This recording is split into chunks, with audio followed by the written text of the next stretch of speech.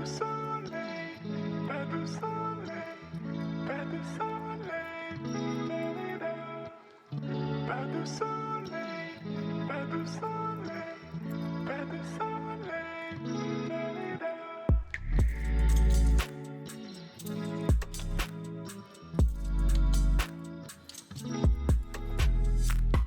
Ciao a tutti! Oggi prepariamo un'altra ricetta estiva, gli spaghetti all'eoliana con tonno fresco. Per questa ricetta abbiamo bisogno del tonno, che io ho già tagliato a pezzettoni e messo in un piattino, i pomodorini di Paghino, capperi, olive, aglio, un peperoncino e prezzemolo. Come primo passaggio soffriggiamo mettiamo un filo d'olio in una padella, lo facciamo riscaldare e aggiungiamo l'aglio con il peperoncino, facciamo soffriggere qualche minuto e subito dopo aggiungeremo i pomodorini di Paghino che ho già provveduto a tagliare a pezzetti.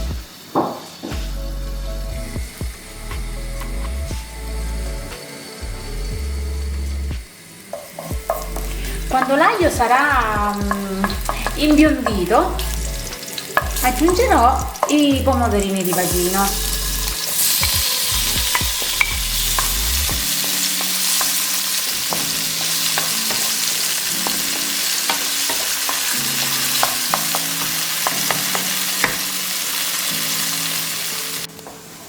Dopo qualche minuto aggiungeremo gli aromi, quindi le olive che avevo già preparato tagliate a pezzettoni ed i capperi. Lasceremo il prezzemolo per dopo. Intanto vado a prendere il tonno che avevo già preparato tagliato a pezzetti, aggiungeremo il tonno. A questo punto il tonno ricordatevi che andrà appena scottato, lo scotteremo appena e subito dopo chiuderemo il gas, spegneremo il fuoco.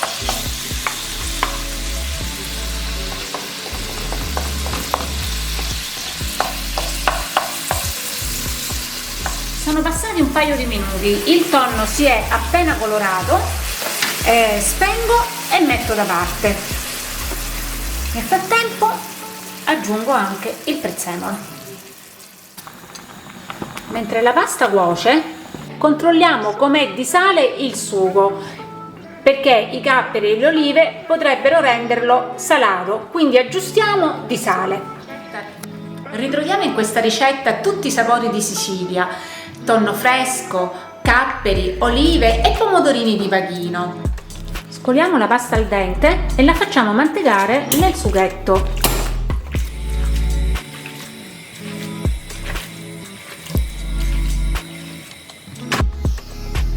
Che profumo! Tutti a tavola!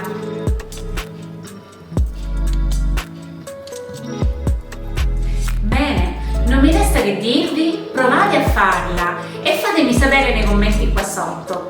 Non dimenticatevi di lasciarmi un like e, se vi fa piacere seguirmi, iscrivetevi al canale. Cliccate sulla campanellina qua sotto in maniera tale da ricevere una notifica tutte le volte che pubblicherò un nuovo video. E noi ci vediamo alla prossima! Ciao ciao!